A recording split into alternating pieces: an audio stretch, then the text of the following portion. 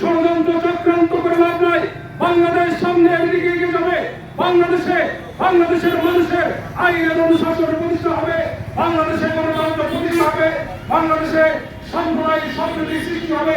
বাংলাদেশকে একটি স্বনির্ভর বাংলাদেশে পরিণত করবার জন্য জনাব তারেক রহমান কাজ করে চলেছেন।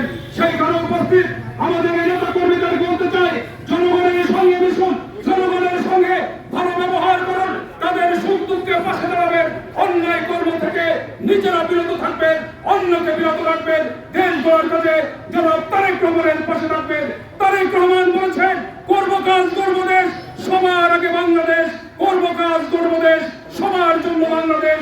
সেই সোনার বাংলাদেশ গড়ার জন্য আমরা তারেক রহমানের হাতকে শক্তিশালী করবার জন্য সকল অনৈক্য বিভাজনকে দূরীভূত করে ঐক্যবদ্ধভাবে বাংলাদেশ গড়ার কাজে আত্মনিয়োগ করবে প্রত্যাশা ব্যক্ত করে সকলের প্রতি আল্লাহর রহমত কামনা করে আমি আমার বক্তব্য এখানে শেষ করছি।